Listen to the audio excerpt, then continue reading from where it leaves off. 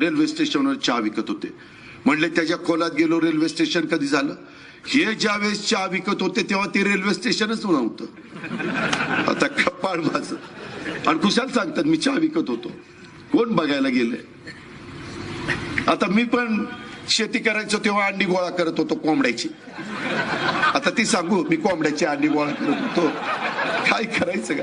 आम्ही दारा काढत होतो.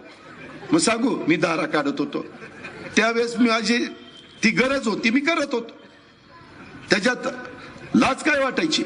नोटा बंद केल्या आणि आपल्याला सगळ्यांना 40 दिवस रांगेत उभं केलं.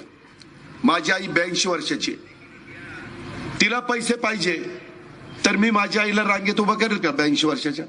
मी काय म्हणेल, आई चेकवर सही कर, मी तरी जाईल किंवा पीएला पाठवीन आणि पैसे तुझे आणून तुझ्याकडे देईन. ह्या महाराजांनी काय केलं? आपली वयस्कर आई रांगेत उभी केली. पंतप्रधानाची आई रांगेत उभी. अरे काय चालली, काय चेष्टा लावली? काय गरज आहे का? आता मी इथली सभा झाल्यावर जाता जाता आईला काटेवाडीला भेटणार आहे. आईला भेटणार, काय असेल तिच्या तब्येतीची विचारपूस करणार, पुढे निघून जाणार. इथं जर दुसरी व्यक्ती असती तर काय केलं असतं? पहिल्यांदा चॅनलवाली बोलले असते, मग 2 खुर्च्या बाहेर ठेवल्या असत्या, घराच्या बाहेर.